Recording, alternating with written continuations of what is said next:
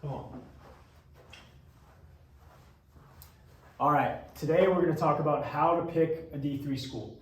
This is a question that I knew I wanted to answer ever since I started getting recruited, just because there's not a ton of information out there about how to pick a Division III school for its sports. So we'll get right into it. Number one, what kind of baseball environment do you want? Not every D3 school is going to give the same priority to sports, to training, that it does to the classroom. I know that in my experience, it was probably 50-50 between the schools that I went to, that you could tell the baseball guys, they want to play baseball.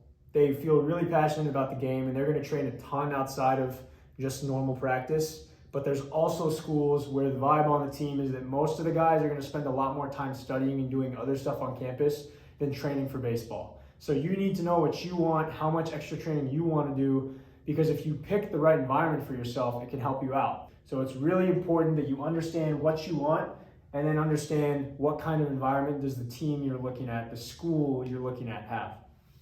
Number two, how expensive is the school and how much academic scholarship are you going to be able to get? It's really important that you understand what is the sticker price of the school, how much are you going to pay based on your academics. And for you guys and girls that are still juniors or seniors in high school, it's good for you to understand this, because then you kind of figure out if you are towards the lower end of the low to mid end of whatever the average is for that school, whether it's ACT score, whether it's grade point average, you can kind of get a sense of all right, if I apply to this school, I'm probably going to end up paying more than I would for another D3 school where I know my grades are going to get me some more academic money. So it's also very important because D3 schools, there's a pretty wide range of how much they cost. Some of the higher end, liberal arts schools out on the East Coast, are going to cost you a lot of money. Even in the MIAC, the schools are pretty expensive. So it's important that you know how much money are you going to be paying to go to these schools. Obviously the academic scholarship part of it is, at least for me, and I think most D3 players, is where you're going to get the most money taken off. So it's just important to understand where you stand with that, just to understand how much you're going to be paying to play college baseball. And then number three is that look at the depth chart. Look at the depth chart and not just the team record. This is really important. The depth chart is going to tell you a lot more. Just looking at what kind of players they have at your position is going to tell you a lot more than just the record. If you look at the depth chart, you're going to be able to see, all right, the guy in front of me is an All-American, or the guy in front of me has been struggling, and this is a spot that is kind of up for grabs, because that's going to give you an idea all right, if I go onto campus here, I show up and I play well in the fall, you're going to have a good chance to play. You're going to have a good chance to get some playing time come the regular season. And you join a team, you want to win, but also, right, you want to play. And that's your biggest personal goal, or it should be your biggest personal goal, is you want to show up and you want to compete right away for a spot. And it can be misleading, right? If you look at just the record of a school, let's say I'm a shortstop. I'm going to this school. I want to understand, okay, how good is the current shortstop now? Because then, if the guy's an All-American, it's going to be really hard for me to play over him for this year or until he graduates.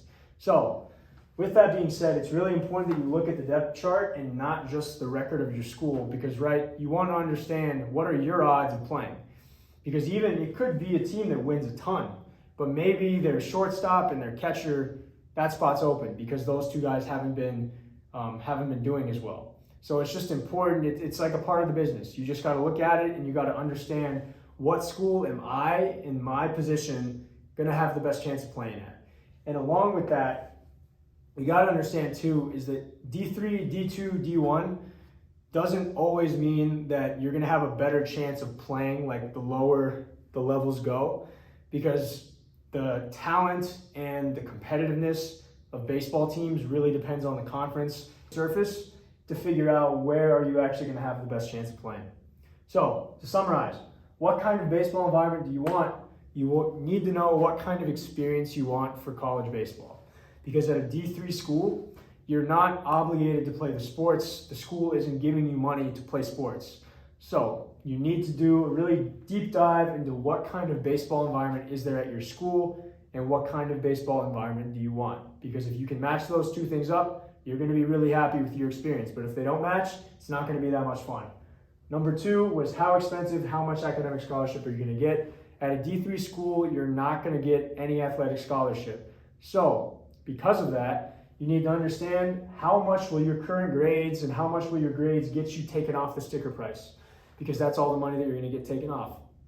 So it's important that you understand how much is the school, because D3 schools tend to be kind of expensive depending on where you go. So just keep that in mind. And then the third thing was that look at the depth chart. Understand at what school are you going to have the best chance of competing for a spot in your specific position. The win-loss record, the place in the standings of your school doesn't necessarily mean that you're going to have a better or worse chance of playing there. And this goes for D3, D2, D1, whatever kind of school you're looking at. Make sure you look at the depth chart and compare where you're going to have the best chance of playing in your position, because that's a lot different than just how good the team is overall. Have a good one, guys.